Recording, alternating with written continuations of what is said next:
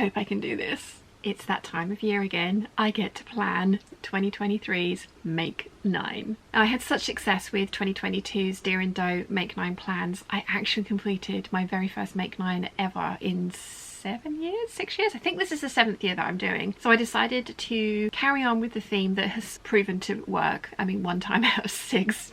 But still, it's proven to work. And I have picked a pattern company that I own so many patterns from, and actually I've only made 1, which really surprises me because the aesthetic of this pattern company is something that I absolutely love. The company is Charm Patterns by Gertie, and I've got out the ones that I actually own in physical form, although the recent ones that she's released don't come as paper patterns at the moment. They may do in the future. But I have also been a patron of Gertie's since her Patreon started, so I have had all of those patterns as well, and I've made 1.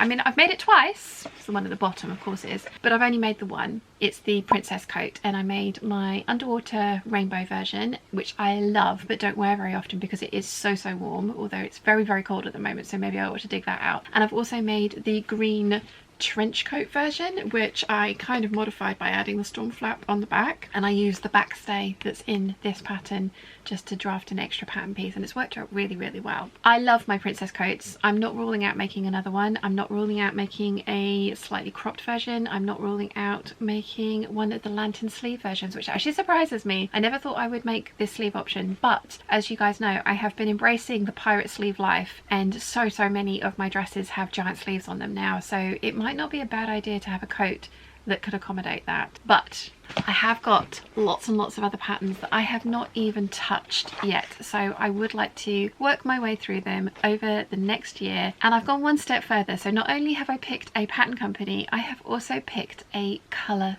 theme. It's going to be a red capsule wardrobe. At least that's the plan. Fingers crossed it'll work. So I think you guys will know that I've had my colours done recently. I've been banging on about it, and there is a video dedicated to that coming up soon. I'm a spring, and one of the colours or sets of colours that really work for me are these kind of bright crimson reds. So this is orange red, that's bright orange red, and I think that's a bright, can't see the name on it, but there's another really bright red down there as well. I really love this colour. I love wearing it, so I'm really glad it turned out to be one of the colours that work for me, because I do love wearing it, and I have quite a lot of fabrics that fit into that category as well. So as I say, I am using Charm Patterns, and I'm hopefully going to create somewhat of a capsule wardrobe within this Make 9 collection and these fabrics here. I don't have all the fabrics, I still need to buy a couple more, but I will talk about those as we go through. So first up, my Make 9 plans in my 2023 bullet journal. These are all printed on my HB sprocket, which I absolutely love and will link down below, and fully intend to use quite a lot more this year. So first up on the grid that I have here is the Lady Dandy waistcoat, and that was designed in conjunction with Dandy Wellington. There's a male version, and then she also released a female version, and again that's a Patreon exclusive pattern. If you guys aren't part of Gertie's Patreon, you can sign up and you get access to the entire back catalogue, which is amazing,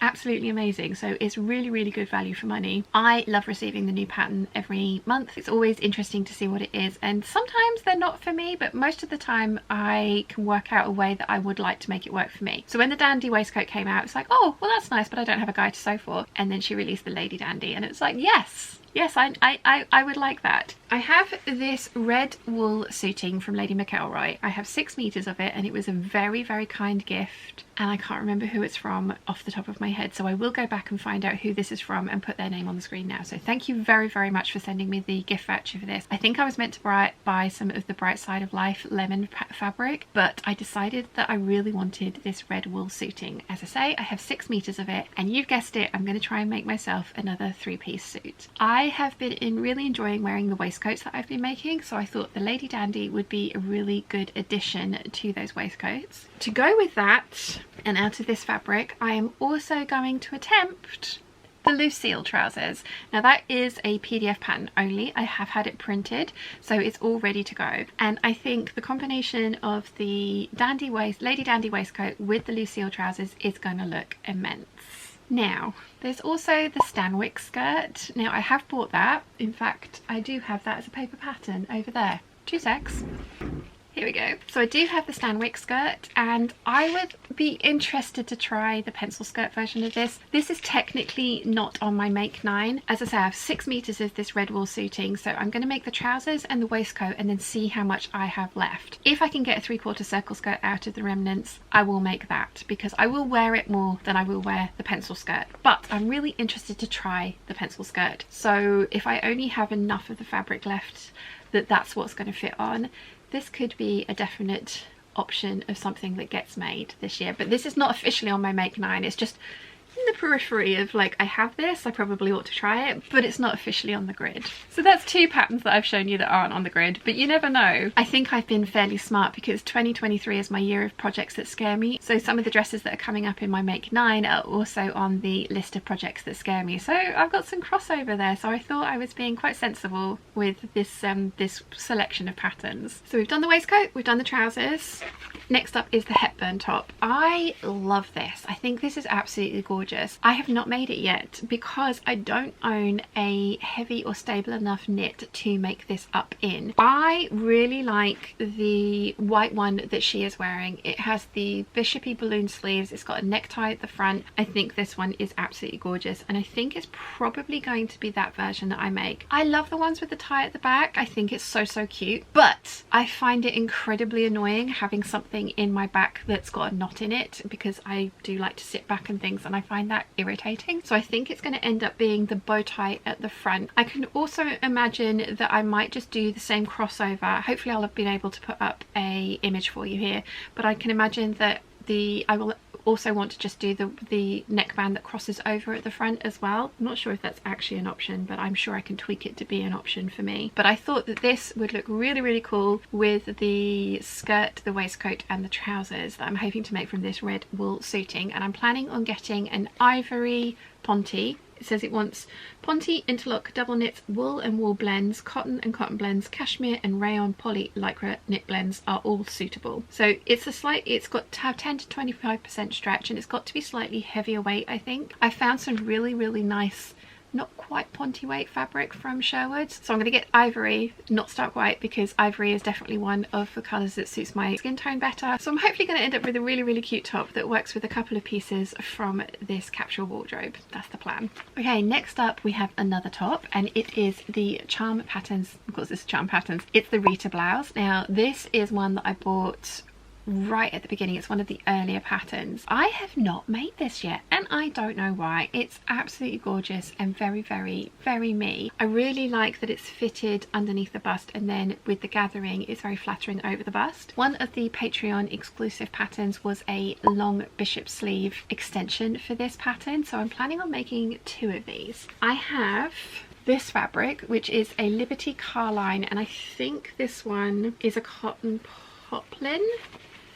Oh, it could be a lawn. No, I think this is a lawn. So this is a Liberty Carline, and it's the miniature version of the print. It has a cream background, which is awesome. Bright red roses all over it. I have a lot of this, so I'm hoping again to make some kind of a skirt to go with the blouse, but I'm planning on making the short-sleeved version of this with this cotton lawn, because I haven't as yet tried a bishop sleeve in a cotton lawn. I mean, I have enough of this fabric that I could give it a try, but I also have this absolutely beautiful viscose that the very lovely Anna gave to me, and I have 3 meters of this, so I'm planning on doing the bishop sleeved Rita blouse in this fabric, then the short sleeved Rita blouse in this fabric, so I have one of each. I think this is going to look really lovely as the blouse, and I like that it's got a dark background, so with the long sleeves with a dark background I think will be quite autumn winter appropriate as well. So I'm planning on making this one up quite soon into the project. One of the pieces that I don't have the fabric for yet is the Charm Patterns Scout Cape. Now this comes in quite a few different options. There's one with a little collar on it, but Gertie has also released an extension for the princess coat, a hood extension, which works with the turning the princess coat into a raincoat, but it also works with the Scout Cape pattern. Now I have back here some kind of warm grey toned faux fur that I want to line the edges of the hood and then also the bottom of the cape with. I have got some absolutely beautiful red rose silk lining, which might be too nice to use as a lining. It might end up being a blouse, but I will find some kind of a lining fabric for the cape. And I also want to then make another coat that it goes on top of. I am not ruling out making the princess coat in red wool. I haven't bought the wool yet. I was waiting again till I'd had my colours done to find out if I should be buying the bright crimson red or the more burgundy red. Obviously I'm going to be going for the crimson version because the burgundy one actually really washed me out. I was quite surprised by that, but it's not something that I should be wearing that close to my face. Now, the Charm Patterns princess coat has a huge collar on it, which is not going to work with the cape over the top. My plan was to do something like the Pauline Alice hemispheric coat and then do the cape to go over the top, and I've actually got some navy wool back here that I'm planning on making a hemispheric coat from, and I was hoping to buy some more of the wool because I thought it would look awesome with this faux fur, but they don't have it in stock anymore, so I'm still going to make the hemispheric coat out of this one. I want to find a coat pattern that works for me really, really well but doesn't have too high or large of a collar so that the cape can go over the top. I like the idea of the cape because I can wear it when it's not quite so cold by itself, but I love the idea of being able to put it over a matching coat to give an extra added layer of warmth to get the hood, and I think it's just going to look really, really cute. I've got an idea for sewing magnets at the collar parts here so that I'm going to put into whichever coat I make and then also into the cape so that it will properly hold on to each other. The cape will still have like a closure on it, but it will, I have it in my head that these magnets are going to be a great idea. I have a couple of McCall's patterns that could work. Because there is an extension for the princess coat to turn it into a hooded rain mag, I'm going to have a look and see what the neckline on that looks like without the hood on it and see if it would be something that I would like by itself without the cape over the top, because they need to be work pieces that work by themselves. But as I said, I'm not ruling out making another princess coat because I love the two that I've made and I wear them frequently. I think the cape as well, as long as the waist is on show, will really, really look quite lovely over different garments as long as it kind of crops in the right place for me. So I'm quite excited about that combination. I think it's going to be really cute and it will be really nice to use this faux fur up. Got this from the Goldhawk Road. It is one of the softest things I've ever felt in my life. I only bought 50 centimeters. It's 150 wide and I've got 50 centimeters of it, so it should be enough to trim everything, to trim the whole way around the hood and then all the way around the bottom of the cape. Fingers crossed.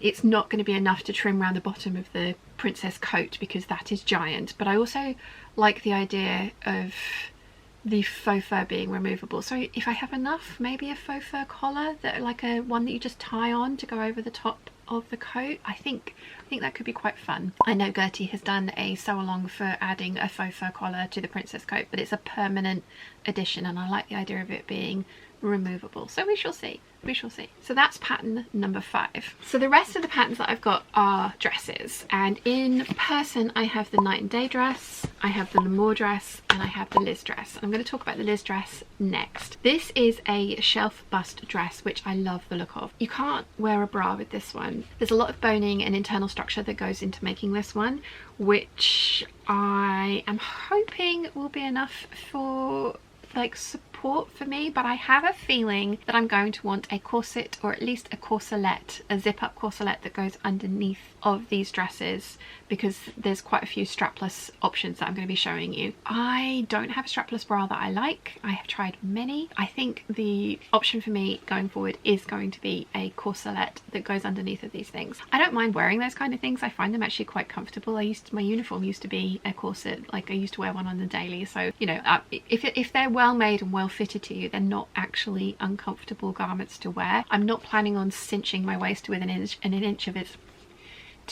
inch of its life. A little bit of waist reduction would be nice, but it's not, you know, I want to be comfortable in this dress, and the corsets and corselets that I'm planning on making are more for comfort and support in strapless dresses rather than cinching of the waist. I would much rather add padding in other areas to get the kind of wasp waist look, and I'm not averse to making petticoats and padding my hips more and, you know, building out the shoulders to get that waspy waist look. So the Liz dress I've had for a very long time. I've just not plucked up the courage to make it because of the support issues that I feel that I would have with this dress. But 2023 is the year of things that scare me, and of course it is on there, so let's give this a try. I also have This is one of my projects that scares me.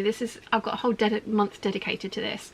This is an amazing African wax print fabric that the very lovely Karen gave me a voucher to buy. She bought me an Etsy voucher, and the only caveat was that I had to buy an African wax print with it. Me being me, I managed to find one that is covered in Swarovski crystals.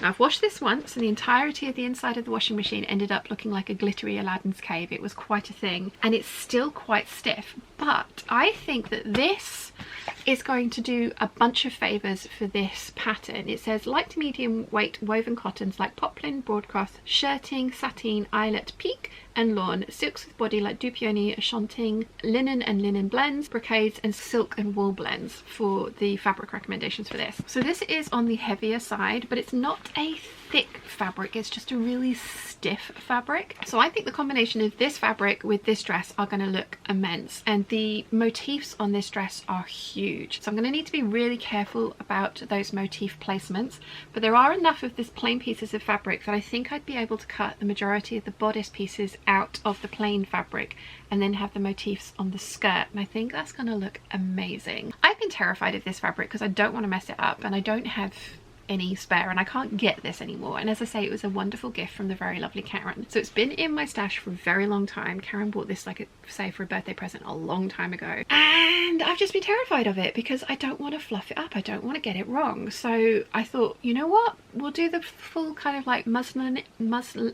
toile. I did this in the other video, didn't I? Toiling. We'll do the full toiling thing. We will try this Liz dress out, see how it works for me, and give it a try, because what's the worst that can happen? I'll end up with a skirt because I will end up, if the bodice goes horribly wrong, I'll make a waistband, make a skirt, and it's going to be amazing. So yeah, shiny, glittery, diamante encrusted Liz dress. I think it's going to look amazing, and it definitely scares me. Now, honourable mention to the L'Amour dress. I actually only have 8 patterns on my Make 9 grid because I have been told that I am very much going to like one of the patterns that's coming out early next year, and I ought to leave a space free for it.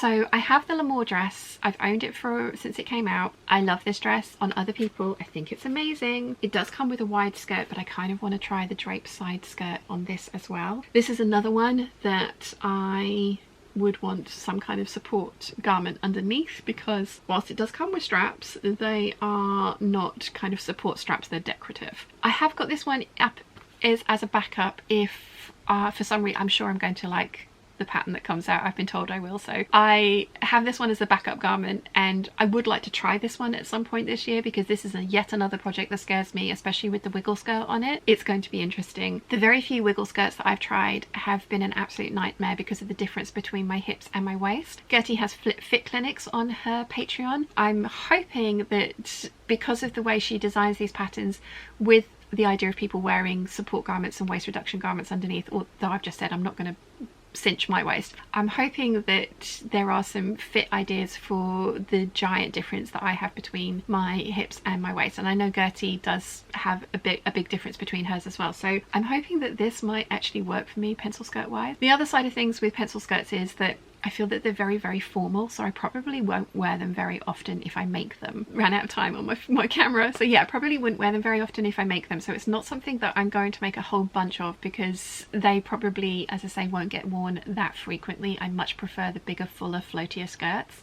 I just feel they're less formal in my head, and I know that's not the case for everybody, but for me that's how it works in my head. So the L'Amour dress is there as a backup. I'm not sure which fabric, but I have plenty to pick from back here, so I think this could be one that gets added to the list to fill that spot if need be. But there are lots of patterns coming out next year, and I'm going to stay a Patreon, so I'm going to have access to all those patterns, so it's going to be interesting to see what fills up that blank spot that I've got for number 9, but it could be the L'Amour. So I have 2 fabrics left beside me here, and I have 2 dress patterns to still show you. This is the Night and Day, and technically I have used this pattern before. I used it for the dressmaker's ball dress the second time that I went, and I used the bodice on it, and it needs more fit tweaking for me. Actually, the shoulder straps ended up being really long, which is kind of unusual, and I did really like it, but I literally, like I say, just quickly made up the bodice, and I want to give this a little bit better of a chance to be made into something that I like, because it has the square neckline, which it has a round neckline as well, but it has the square neckline, which I love. It also has like a collar that goes on it, and this might be really good for some of my fabrics that I have back here that aren't necessarily my colors, but if I use the collar in a color like an ivory to frame my face, I will get away with some of the paler pink fabrics, the Paradise. I'm looking at you, not that that's going to go with this red collection, but you get what I mean. So I have the night and day dress, again, one of the very first ones that I bought. Love it, think it's absolutely gorgeous. At some point this year I would like to get this made up, fitted to me properly. I'm not sure which fabric to use for it. I do have this amazing Dolce & Gabbana, at least I think it's Dolce & Gabbana cotton with giant roses on it. Now I think the night and day dress might be a good one for this one, because the pattern or the print on this is so large, and there are darts on the night and day dress, but there's a waist dart and a bust dart. But if I was careful with the print placement, it wouldn't break it up too much. Some of the other dresses that I want to make, the Liz dress for example, has lots of different panels in the front, and I don't think this giant print would work on that one as well. This is just beautiful. I've got 5 meters of it. It's really heavy. I remember buying this at one of the knitting and stitching shows from Stitch Fabrics, and it was one of the first things I bought, and then I had to carry it around for a while until we went back to the VIP room. Yeah, this is heavy. This is very heavy. So I like the idea of this one also having the straps from the night and day dress, so that, I mean, obviously you can put a waist stay in, which I will do, but this will definitely be, I think, one of the ones that has the straps on it so that I can wear like I just worry about a strapless dress in this heavier fabric. I don't know how well it would hold up. I'm a little worried about that. So I think this would be my night and day dress, but obviously this is also part of the rose collection, which I'm very excited to get started. So many of you have been asking if you're going to see the roses in the citrus collection ever sewn up. The answer is yes you will, and hopefully I will be starting on the roses at the beginning of the year. That's the plan. So yes, I think the night and day dress for this one, I think it's going to look amazing. There is quite a lot of this, as I say. I haven't got the Dorothy Bolero. I think I am going to purchase it because I think that the combination of the Dorothy Bolero with this is going to look beautiful. So yeah, definitely going to purchase that, and I'm really excited to finally get this sewn because I've had this in my stash for the longest time. Definitely one I can't replace, and definitely one that scares me. So it's on theme for the year. And the final one is a PDF pattern that I've just bought. It's the Lana dress that's just been released. It's a petal bodice bust, and it is beautiful. I actually have a petal bodice vintage dress that is just stunning. It's also one that when I bought it, it was too big for me, and it's now way too small for me, and I missed that sweet spot when it actually fit me to wear it, but I keep it because it is just so beautiful. When I get around to making the Lana dress, I will bring that one out and show you what it looks like. And they've pieced the skirt, like the insides are pinked. It's really interesting seeing the construction on this one. It needs a little TLC as well. The velvet ribbon that goes under the bust is a little tatty in area, so that needs to be replaced. But like I say, it doesn't fit me. It's one of those ones that I just take out and admire every now and again. But the Lana dress, when Gertie released it, I was so pleased. It's beautiful. I love all those kind of 50s style shelf bust dresses. One of my favourite styles is the Trashy Diva honey dress, which is very like the Liz but has more support at the front. The straps aren't just decoration, it's definitely bra covering. I have to say now, when I still fit into all my Trashy Diva dresses, the honey dress was one that I would buy in every single colorway and pattern that they did. I had about 20 of them. If I can find a pattern that will allow me to make a honey dress, or a Liz dress in this case, if I can find one that works for me that I can wear with bras, you guys are going to get very sick of it because you will be seeing a lot of it, because I used to wear that one all the time. But anyway, Lana dress.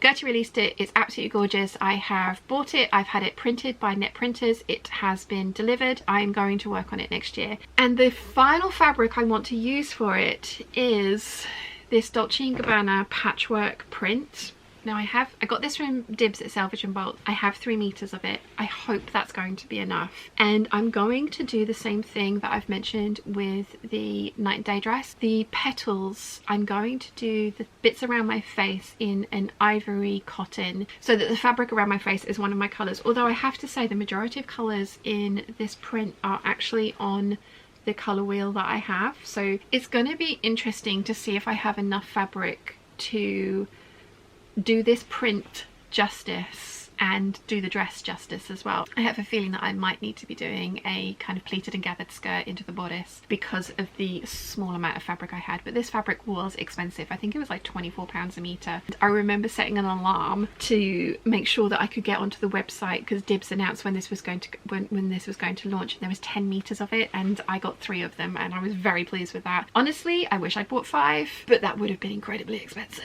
Not the most expensive fabric I bought, my Liberty Cotton Carline blue colorway, I'm looking at you, but yeah, would have been really expensive. I am really excited about this combination. I am not going to make the first one up in this fabric, obviously, because it's irreplaceable and incredibly expensive, so we don't make wearable muslins in, yeah, so I'm going to toile it. I'm going to toile it in calico, and then I'm going to make a muslin, a wearable muslin hopefully, and then I will be cutting into this absolutely beautiful cotton lawn. And it is a cotton lawn, so there will need to be structural layers underneath of this. I think there's boning, I think they talk about interlining it as well for different types of fabric. I love that Gertie goes into all those kinds of details with her patterns. Whilst this is a year of projects that scare me, and the tailoring scares me, the dresses scare me, boning scares me, the corset scares me. I think I've gotten to a point in my sewing journey where I can give these things a go, and if it doesn't work out, it's not the end of the world. But if it does, then I think maybe my skill level is there. We shall see together. You guys will have to come along with me and see if I can pull all of these amazing and over-the-top plans off, because it's going to be an interesting year. So let me know in the comments down below which one you are looking forward to seeing made up. Are you surprised by any of my choices? Probably not, to be honest. Whilst this is a year of projects that scare me, I am trying to stay within the comfort zone of silhouette to a degree. There are some pencil skirts getting thrown in there, which is definitely far outside of my comfort zone, but I am trying to make it as fun and challenging for me as well as being scary. Because it's projects that scare me, if I end up with one fail, I can imagine that the rest of the year will just be a total washout. So I am trying to stay within my fit and flare comfort zone of silhouette, but push myself with the detailing and the construction methods that I'm going to be using. So yeah, that's my Make 9 plans. What do you guys think? Which pattern and fabric combination are you looking forward to seeing most? I can't decide which one I am most excited about, but I love the idea that technically this is going to be a semi sort of capsule wardrobe. I appreciate that the dresses have no, you know, they're not going to go with anything except the coat and the cape, but I still think that within it's going to look very aesthetic together when I do my, I've completed my Make 9 projects in December 2023. It's going to be a beautiful lookbook. That's the theory anyway. I think it's a good theory. I think it's going to work. I'm excited about these plans. I think it's going to work out. Yeah. Let me know what you think. If you would like to see more of my Make 9 plans and reviews, you might like to check out this video here.